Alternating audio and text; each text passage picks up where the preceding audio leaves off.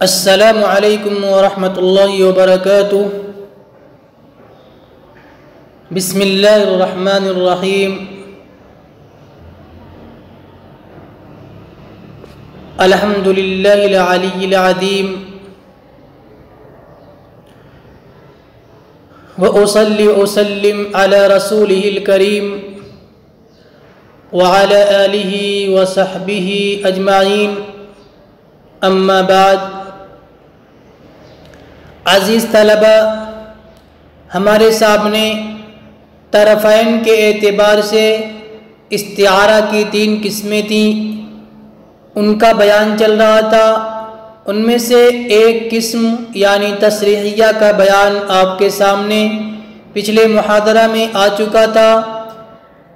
اس محاضرے میں انشاءاللہ مکنیہ اور تخیلیہ کو واضح کیا جائے گا۔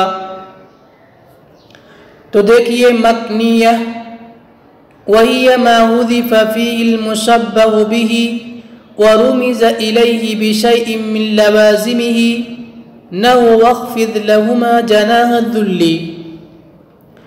مکنیہ وہ ہے جس میں مشبہ بہ کو حذف کر دیا گیا ہو اور اس کی طرف اس کے لوازمات میں سے کسی لازم کے ذریعے اشارہ کیا گیا ہو، جیسے واخفض لہما جناح الذل۔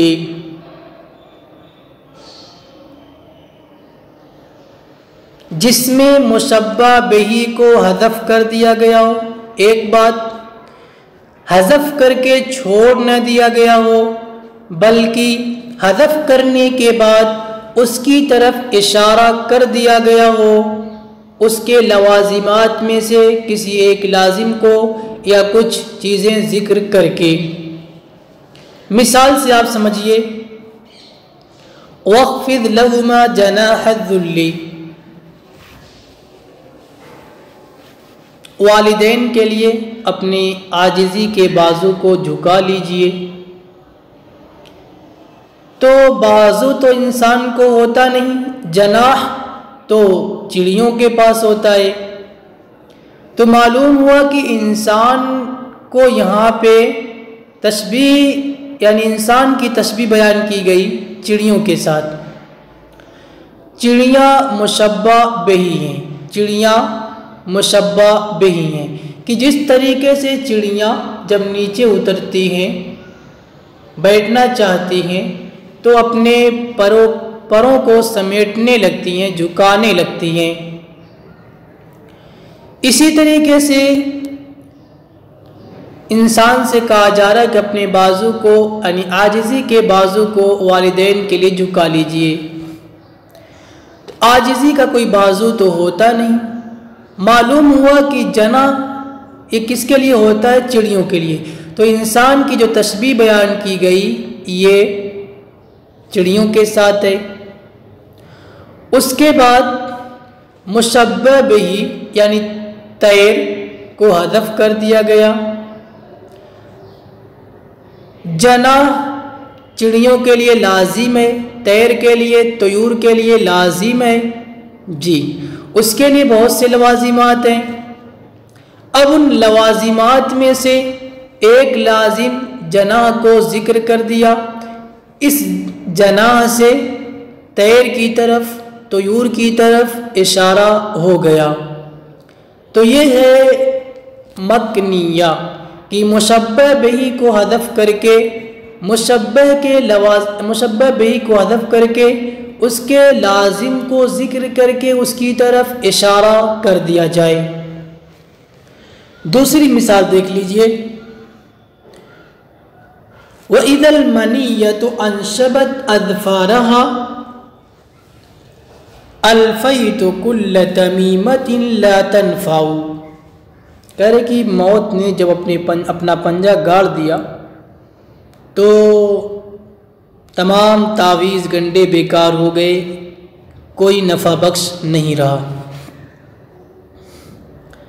ظاہر سی بات ہے جب موت آ جائے گی تو کوئی تعویذ فائدہ نہیں دے گا، کوئی گنڈا، کوئی یعنی دم فائدہ نہیں کرے گا۔ اب دیکھیے اس شعر میں موت کو درندہ کے ساتھ تشبیہ دی گئی، جی اس لیے کہ آگے اظفار آ رہا ہے، موت کے پاس اظفار ناخن پنجے نہیں ہوتے ہیں، پنجے کن کے پاس ہوتے ہیں؟ درندوں کے پاس ہوتے ہیں۔ تو اس شعر میں موت کو درندہ کے ساتھ تشبیہ دیا گیا۔ اچھا کیوں تشبیہ دیا گیا؟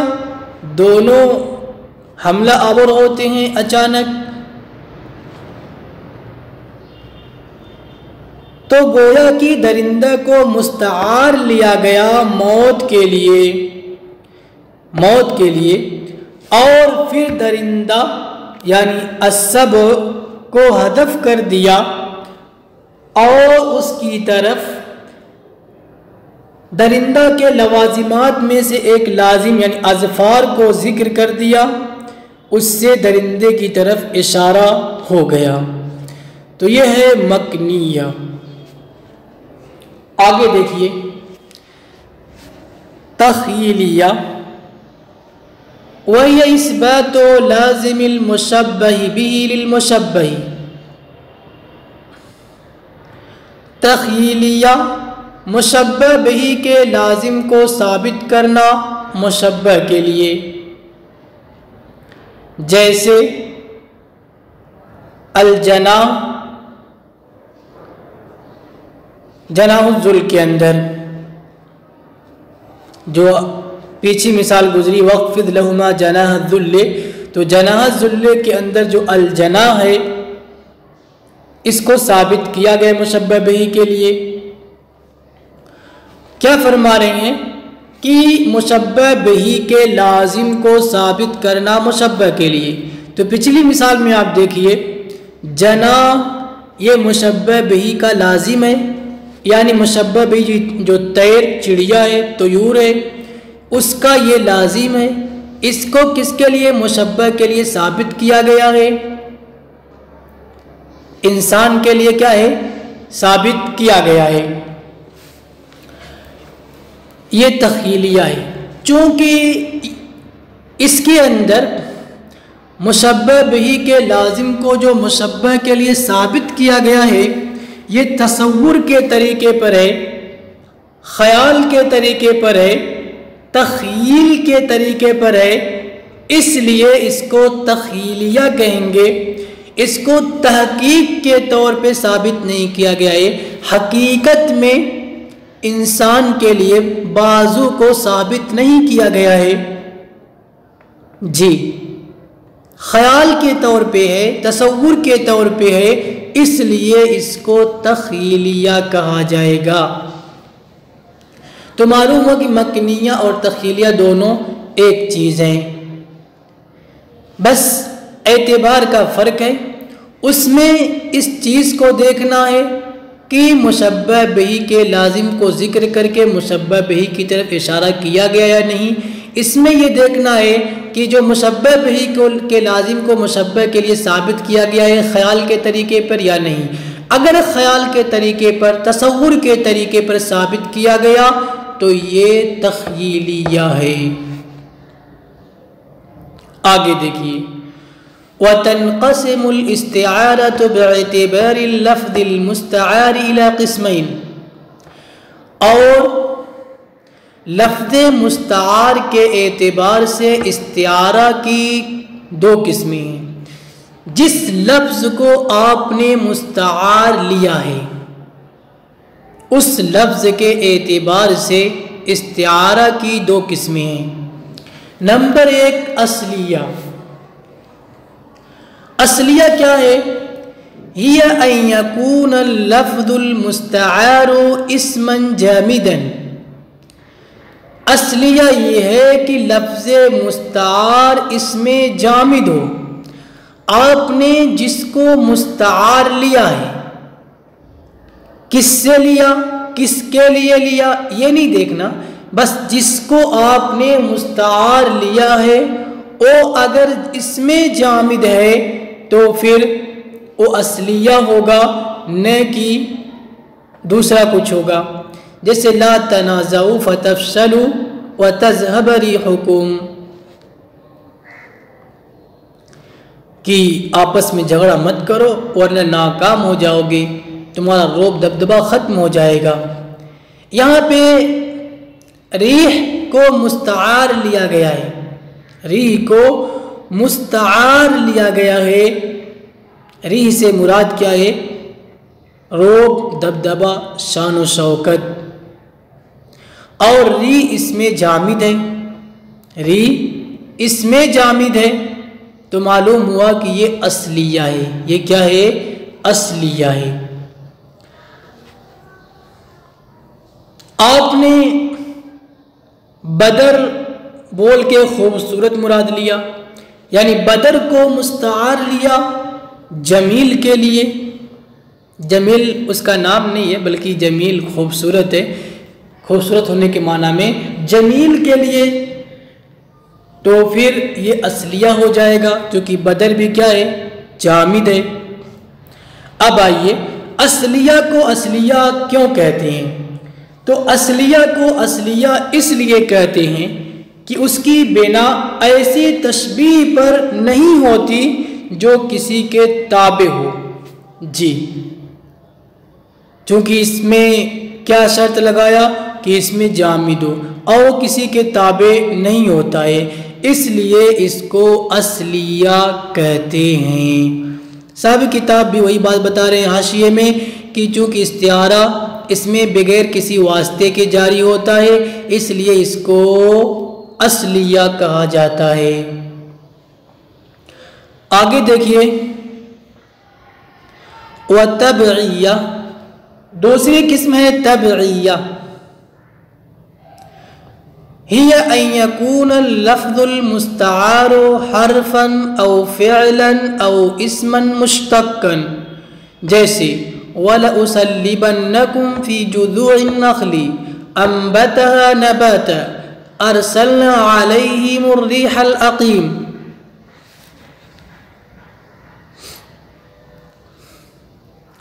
تبعیہ یہ ہے کہ لفظ مستعار حرف ہو، فعل ہو یا اسم مشتق ہو. جی، جیسے لَأُصَلِّبَنَّكُمْ فِي جُذُوعِ النَّخْلِ، فی اعلیٰ کے معنی میں ہے، فی اعلیٰ کے معنی میں ہے. فی کو مستعار لیا گیا، فی کو مستعار لیا گیا تو یہ فی کیا ہے؟ حرف ہے. یا دوسری مثال انبتہا نباتن، انبتہ کا معنی تربیت کرنا، دیکھ ریکھ کرنا، پرورش کرنا، تو انبت اس کو مستعار لیا گیا لیکن یہ فعل ہے. تیسری مثال الریح العقیم، جو غیر مفید ہوا ہوتی ہے. الریح العقیم، عقیم کو مستعار لیا گیا. جی، عقیم کو مستعار لیا گیا اور یہ عقیم کیا ہے؟ اس میں مشتق ہے. عقیم اس میں مشتق ہے. تو یہ تین مثالیں ہو گئی. فی علی کے معنی میں یعنی علی جزوء النخل، انبتہا نباتن تربیت کے معنی میں، عقیم غیر مفید یعنی غیر مفید ہوا کو تشبیہ دیا ہے بانجھ عورت کے ساتھ. جیسے او بچہ نہیں جن سکتی، یعنی اس کا نسل بڑھانے کے اعتبار سے کوئی فائدہ نہیں ہے، اس ہوا کا بھی کوئی فائدہ نہیں ہے. آگے دیکھتے ہیں فائدہ. یجری هذان القسمان فی التصریحیۃ والمکنیۃ فکل من التصریحیۃ والمکنیۃ علی قسمین اصلیۃ و تبعیۃ. یہ دونوں قسمیں تصریحیہ اور مکنیہ میں جاری ہوتی ہیں. کون؟ اصلیہ اور تبعیہ. تصریحیہ اور مکنیہ دونوں میں جاری ہوتی ہیں. اب کیا ہو جائے گا؟ چنانچہ تسریہ اور مکنیہ میں سے ہر ایک کی دو قسمیں ہوں گی، اصلیہ اور تبعیہ۔ کیسے؟ تسریہ اصلیہ، تسریحیہ تبعیہ۔ مثلا ایک مثال آپ کو بتا دوں، تسریہ جس میں مشبہ بہ صراحت کے ساتھ مذکور ہو۔ اب اگر مشبہ بہ صراحت کے ساتھ مذکور ہے تو دیکھیں گے کہ وہ مشبہ بہ کیا ہے؟ جامد ہے، اس میں جامد ہے، حرف ہے، فعل ہے، اس میں مشتق ہے، تو اس کو تسریحیہ اصلیہ کہیں گے چاہے تبعیہ کہیں گے۔ مثلا جو ابھی آپ نے تبعیہ پڑھا فی، اللہ کی تشبیہ بیان کی گئی فی کے ساتھ، تو فی یہاں پہ مذکور ہے، صراحت ہے فی کی، تو تسریہ ہو گیا۔ اب دیکھیں گے فی کیا ہے؟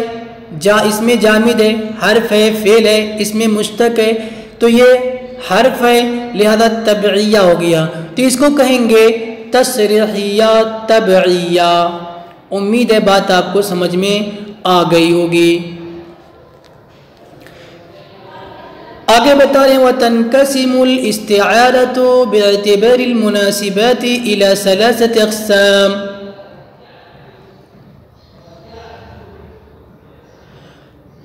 استعارہ مناسبات کے اعتبار سے تین قسموں کی جانب منقسم ہوتا ہے۔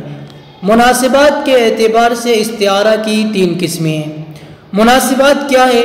انشاءاللہ اگلے محاضرے میں اس سے متعلق بات کی جائے گی۔ السلام علیکم ورحمۃ اللہ وبرکاتہ۔